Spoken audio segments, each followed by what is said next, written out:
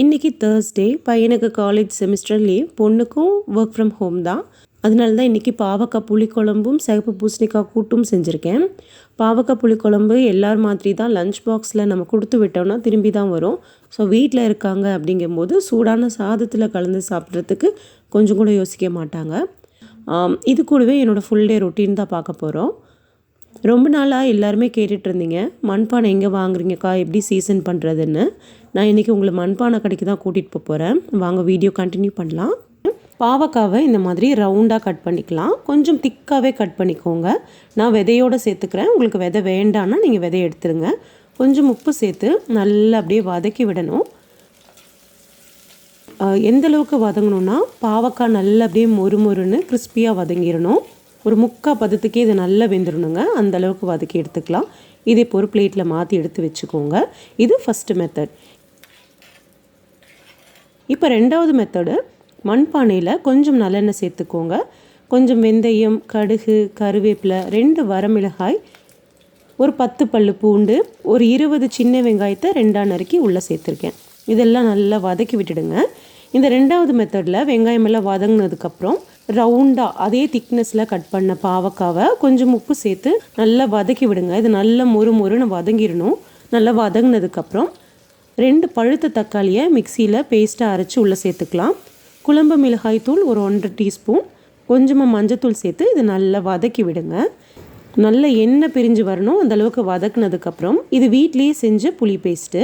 இது எப்படி செய்யணுங்கிற வீடியோ நான் ஷேர் பண்ணியிருக்கேன். அதோட லிங்க்கு நான் உங்களுக்கு கமெண்ட்லேயும் டிஸ்கிரிப்ஷன் பாக்ஸ்லேயும் தரேன். செக் பண்ணி பார்த்துக்கோங்க.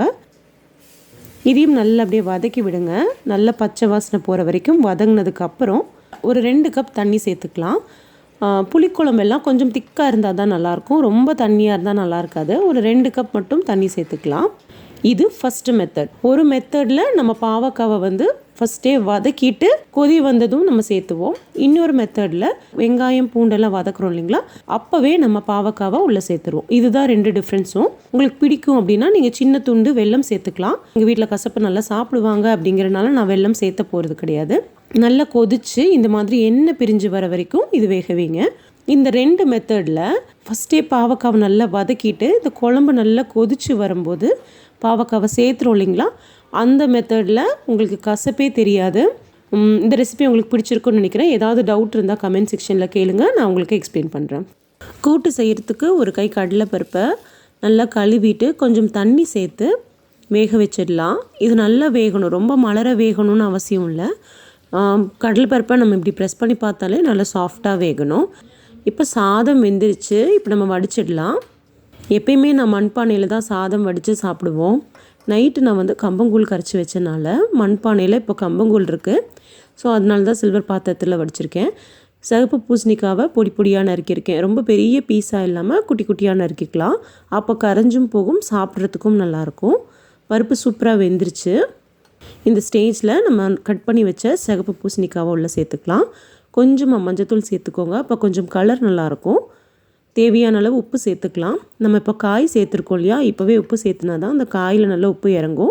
இதுக்கு ஒரு பேஸ்ட்டு ரெடி பண்ணிடலாம். ஒரு 5-6 பல்லு தேங்காய், கொஞ்சம் சீரகம், உங்கள் காரத்துக்கு தகுந்த மாதிரி வரமிளகாய் சேர்த்துக்கோங்க. நான் ஒரு 3 வரமிளகாய் சேர்த்துருக்கேன்.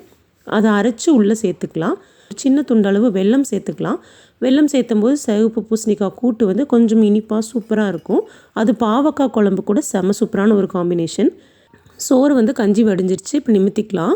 நம்ம எடுக்கும் போதே ஒரு 2 தடவை குலுக்கி எடுத்தோன்னா சாதம் உதிரி உதிரியாக ஆகிடும். புளிக்குழம்பு சூப்பராக ரெடி ஆகிடுச்சு. அது மண்பானையில் செஞ்சனால அது கொதிச்சுக்கிட்டே இருக்குது.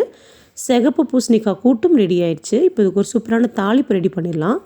ஒரு தாளிப்பு கரண்டியில் 2 டேபிள் ஸ்பூன் நல்லெண்ணெய் சேர்த்துருக்கேன். கடுகு, வரமிளகாய், கருவேப்பிலை சேர்த்து தாளிச்சிக்கலாம். இது நல்லா பொரிஞ்சதும் கூட்டில் உள்ள சேர்த்துக்கோங்க. நல்லெண்ணெய் இல்லைன்னா தேங்காய் எண்ணெயில் கூட தாளிக்கலாம். வாசனை சூப்பராக இருக்கும். இது அப்படியே சாதத்தில் கலந்து சாப்பிட்றதுக்கும் சூப்பராக இருக்கும். அவ்வளோதான், கூட்டு ரெடி ஆகிடுச்சு. உங்களுக்கு கொஞ்சம் திக்காக வேணும்னா ஒரு டேபிள் ஸ்பூன் பொட்டுக்கடலையும் சேர்த்து அரைச்சிக்கலாம். கொஞ்சம் தண்ணியாக வேணும்னு தான் இந்த மாதிரி எடுத்திருக்கேன். இப்போ குக்கிங் எல்லாம் முடிஞ்சிருச்சு. இப்போ வீடு க்ளீன் பண்ண ஆரம்பிச்சிடலாம். நான் நிறைய துணி இருந்துச்சு, சரி எல்லாம் ஒன்று ஒன்றா மடித்து வச்சிடலான்னு சைட் பை சைட் பீரோவும் அப்படியே க்ளீன் பண்ணிடலாம் அப்படின்னு நான் இப்போ இன்னும் ஃபோல்ட் பண்ணுற மெத்தட் காட்டுறேன் பாருங்கள். அந்த எலாஸ்டிக் வருது இல்லைங்களா, அந்த பார்ட்டை 3 அப்படியே மடிச்சுக்கோங்க. மறுபடியும் 3ஆக மடிச்சுட்டு அந்த அடிப்பாகத்தை ஃபஸ்ட்டு அந்த எலாஸ்டிக் வந்தது இல்லையா, அதுக்குள்ளே சொருகி விட்டுட்டோம்னா உங்களுக்கு ஒரு பவுச் மாதிரி இருக்கும். அது களையவே களையாது. இப்போ குழந்தைங்களோட பேக்லேயே சில சமயம் நம்ம வைக்கிற மாதிரி இருக்கும் இல்லையா, அப்போல்லாம் அது பார்க்குறக்கு நீட்டாக இருக்கும். பனியனும் அதே மாதிரி தான். 2ஆக ஃபோல்ட் பண்ணிவிட்டு அதை 3ஆக ஃபோல்ட் பண்ணி மறுபடியும் 3ஆக ஃபோல்ட் பண்ணிங்கன்னா இந்த மாதிரி ஒரு பவுச் மாதிரி கிடைக்கும். அதுக்குள்ளே நம்ம இப்படி சொருகி வச்சிட்டோன்னா களையவே களையாது, ரொம்ப நீட்டாக இருக்கும். இப்போ அவங்கவுங்க துணியை அவங்கவுங்க ரேக்கில் போய் அடுக்கி வச்சிடலாம். மோஸ்ட்லி இந்த வேலையே எனக்கு இருக்காது. நம்ம ஃபோல்ட் பண்ணி வச்சிட்டோன்னா அப்படியே எடுத்துகிட்டு போயிடுவாங்க. இன்றைக்கி கொஞ்சம் கபோர்டும் க்ளீன் பண்ணுற வேலை இருக்கிறனால நான் ஒன்றா எடுத்துகிட்டு வந்து அடுக்கி வச்சுட்டே இருக்கேன். நான் ஏற்கனவே சொன்ன மாதிரி ஹாட்ஸ்டாரில் எனக்கு படம் பார்க்குறது ரொம்ப பிடிக்கும். இன்றைக்கி மாளிகைபுரம்னு ஒரு படம் தான் பார்த்துட்ருக்கேன். ரொம்ப ரொம்ப சூப்பராக இருந்துச்சு. ஐயப்பன்னா ரொம்ப ரொம்ப பிடிக்கும். ஆனால் இப்போ வரைக்கும் அந்த சான்ஸே எனக்கு கிடைக்கல. கோயிலுக்கு போகணுன்னு ஆசைப்படுற ஒரு குட்டி குழந்தையோட கதை தான் அது. ரொம்ப சூப்பராக இருந்துச்சு. இந்த மாதிரி பாக்ஸாக நான் வாங்கி வச்சுருக்கேன். ஸோ இன்னர்ஸ் எல்லாமே அந்த குட்டி க்ரீன் கலர் பாக்ஸில் வச்சுடுவேன். அப்போ அவங்களுக்கு எடுக்கிறதுக்கும் ஈஸியாக இருக்கும். பீரோலையும் கலைஞ்சு போகாது, தேட வேண்டிய அவசியமும் இருக்காது. அதே மாதிரி டிஷர்ட்ஸ் ஃபுல்லாக ஒரு பெரிய பாக்ஸில் வச்சுருக்கேன். அப்புறம் ஷர்ட்ஸ் ஃபுல்லாக இன்னொரு பாக்ஸில் வச்சுருக்கேன். அப்போ அவங்களுக்கு வந்து கபோர்டும் கலைஞ்சு போகாது, நீட்டாக ஆர்கனைஸ் பண்ணுறதுக்கு அவங்களும் கற்றுக்குவாங்க, அவங்களுக்கும் ஈஸியாக இருக்கும் இல்லையா. அந்த மாதிரி அந்த சோஃபா மேலே இருக்கிற பாக்ஸ் பையனோட டெய்லி யூஸ் ட்ரெஸ்ஸும் டிஷர்ட்ஸும் இருக்கும். அங்கே டேபிள் மேலே இருக்கிற பாக்ஸில் வந்து அவரோட ஷர்ட்ஸ் ஃபுல்லாக இருக்கும், காலேஜுக்கு கொண்டு போகிறது. நான் இந்த மாதிரி மடித்து எடுத்து வச்சுட்டேன்னா அவர் அயர்ன் பண்ணி எடுத்து கபோர்டில் வச்சுக்குவார்.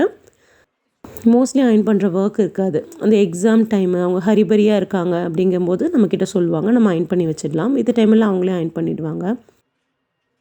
இன்றைக்கி சூப்பரான ஒரு சம்பவம் நடந்தது. வீடு துடைக்கிறேன் அப்படிங்கிற பேரில் மண்பானை மேலே வந்து நானே போய் சாஞ்சிட்டேன். ஸோ 2 அப்படியே உடஞ்சிருச்சு.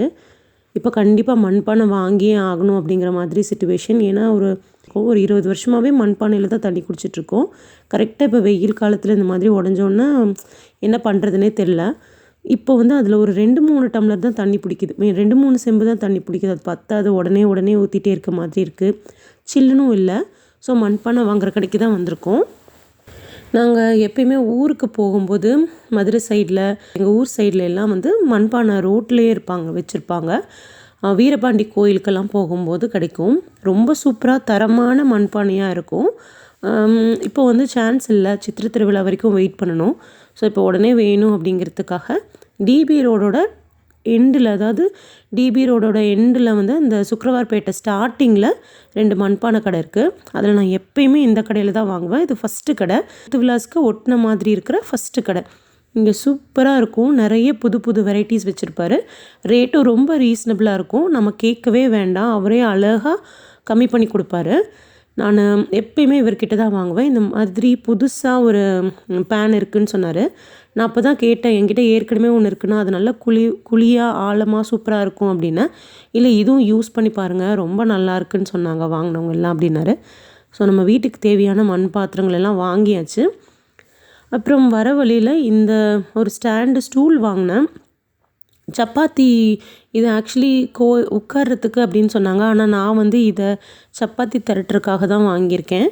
ஏன்னா வந்து கீழே உட்காந்துட்டே நம்ம டிவி பார்க்கும்போது திரட்டுறதுக்கு ஈஸியாக இருக்கும் இல்லையா, அதுக்காக தான் வாங்கினேன். இது நம்ம சாப்பராகவும் யூஸ் பண்ணிக்கலாம், அதை சாப்பிங் போர்டாகவும் யூஸ் பண்ணிக்கலான்னு எனக்கு ரொம்ப பிடிச்சிருந்துச்சு. ஹைட்டும் ஒரு நல்ல ஹைட்டாக இருந்துச்சு, உட்காந்து தேய்க்கிறதுக்கு கரெக்டாக இருந்தது. ஸோ இது ஒன்று வாங்கியிருக்கேன். நம்ம இப்போ என்னென்ன பாத்திரம் வாங்கியிருக்கோன்னா இந்த பானை வாங்கியிருக்கோம். இது எனக்கு கருப்பில் தான் வேணும் அப்படின்னு சொல்லியிருந்தேன். ஆனால் வந்து ரெட் கலரில் ஒரு தடவை கொடுத்துட்டாரு. அது இவங்களும் வாங்கிட்டு வந்துட்டாங்க. ஸோ இப்போ பிளாக்கில் வந்து நல்ல ஆழமாக சூப்பராக இருந்துச்சு, நான் அது ஒன்று வாங்கியிருக்கேன். அப்புறம் இன்னொரு கருப்பு சட்டி வாங்கியிருக்கேன். அது வந்து கீரை எல்லாம் கடையிறதுக்கு சூப்பராக இருக்கும்னு. இது ஏற்கனவே நம்ம வீட்டில் இருக்க பேனை, உங்களுக்கு சைஸ் பார்த்தாலே தெரியும். அது கொஞ்சம் ஆழம் வந்து ஜாஸ்தியாக இருக்கும், அகலம் வந்து கொஞ்சம் கம்மியாக இருக்கும். அதெல்லாம் எனக்கு 150க்கு தான் கொடுத்தாரு. ஒரு 5-6 வருஷமே இருக்கும். இப்போ இந்த பேன் வாங்கியிருக்கோம். இதுவும் சூப்பராக இருக்குன்னு சொன்னார். சரி நம்ம ட்ரை பண்ணி பார்க்கலாம் அப்படின்னு. மேலே இருக்க அந்த குட்டி கிண்ணம் மாதிரி இருக்கு இல்லையா, அது வந்து தயிர் ஊற்றுறதுக்காக வாங்கிட்டு வந்தேன். வெயில் காலம், சரி தயிர் ஊற்றலாம் அப்படின்னு உடைச்ச மண்பானையை ரீப்ளேஸ் பண்ணுறதுக்காக இன்னொரு மண்பானை வாங்கிட்டு வந்தாச்சு. இதில் பைப் இல்லைன்னு சொல்லிட்டாங்க. சரி அப்புறம் பொண்ணுக்கிட்ட ஃபோன் பண்ணி கேட்டேன், பரவாயில்லம்மா வாங்கிட்டு வாங்க அப்படின்னு சொல்லிட்டா. சைஸும் எனக்கு கொஞ்சம் சின்னது தான், ஒரு அரை குடம் தான் பிடிக்குது. ஸோ அடிக்கடி தண்ணி மாற்றிட்டே இருக்க மாதிரி தான் இருக்கும். புதுசாக வாங்கின பானையை நல்லா தண்ணியில் இப்படி முக்கி எடுக்கணும். அப்போ அது தண்ணி வந்து ஃபுல்லாக அப்சர்வ் பண்ணுங்க. இப்போ வந்து அதில் ஃபுல்லாக தண்ணி அப்சர்வ் ஆகிருக்கு. அதுலேயே பானையெல்லாம் வைக்க முடிஞ்சதுன்னா மற்ற பானையும் வச்சு நீங்கள் அப்படியே சீசன் பண்ணலாம். ஆனால் வைக்க முடியல. ஸோ இந்த பானையை நான் வந்து இப்போ எடுத்துட போகிறேன். மற்ற மண் பாத்திரத்தை எல்லாம் உள்ளே வச்சிடலாம். ஒன்றோட ஒன்றா பார்த்து பொறுமையாக வைங்க. அது மூழ்கிற அளவுக்கு தண்ணி ஊற்றணும். இந்த மாதிரி கண்டிப்பாக புதுசாக வாங்கிட்டு வந்த மண் பாத்திரத்தில் இந்த மாதிரி செஞ்சு வச்சுக்கோங்க. இது ஒரு நாள் ஃபுல்லாக நல்லா ஊறணும். இப்போ மண் பானையை வந்து இப்போது இந்த பக்கெட்குள்ளார அது போகிறனால நம்ம அப்படியே மூழ்கி வைக்கலாம். இல்லைன்னா இதை விட பெரிய சைஸ் வாங்கியிருக்கோம் அப்படின்னா மண் பானையை நிறச்சி தண்ணி வச்சு ஒரு நாள் ஃபுல்லாக அப்படியே விட்டுடுங்க. நான் மண் பானையில் மட்டும் 3 நாள் தண்ணி நிறச்சி தண்ணி மாற்ற போகிறேன். இந்த சட்டி இந்த பானையெல்லாம் இருக்கு இல்லைங்களா, இதை வந்து ஒரு நாள் போதும். ஒரு நாள் ஃபுல்லாக அப்படியே ஊற விட்டுட போகிறேன். இது ஊறட்டும். ஊறினதுக்கப்புறம் இதை நம்ம எப்படி சீசன் பண்ணுறதுன்னு நான் காட்டுறேன். உங்களுக்கு பார்த்தாலே நல்லா தெரியும் எவ்வளோ பபிள்ஸ் வருது பாருங்களேன். அந்த மண்பானை அந்த தண்ணி ஃபுல்லாக அப்சர்வ் பண்ணுது. இந்த மாதிரி கண்டிப்பாக பண்ணணும். இப்படி பண்ணும்போது தான் உங்களுக்கு பானை வந்து நல்ல சீசன் ஆகி சமைக்கும்போது விரிசல் விழுகிறதோ இல்லை உடையிறதோ அந்த பிரச்சனையே இருக்காது. சூப்பராக ரெடியாகி வரும். என்கிட்ட இருக்கிற மண் பாத்திரமெல்லாம் கிட்டத்தட்ட 10 வருஷம் 12 வருஷம் யூஸ் பண்ணிகிட்ருக்கேன். எந்த ஒரு பாத்திரமே விரிசல் விழுந்ததில்லை, உடஞ்சதும் கிடையாது. அப்படியே யூஸ் பண்ணிகிட்டே இருக்க வேண்டியது தான். நெக்ஸ்ட் வீடியோவில் இது எப்படி நம்ம சீசன் பண்ணோன்னு ஃபுல் டீட்டெயிலும் நான் எக்ஸ்பிளைன் பண்ணுறேன். தேங்க்யூ.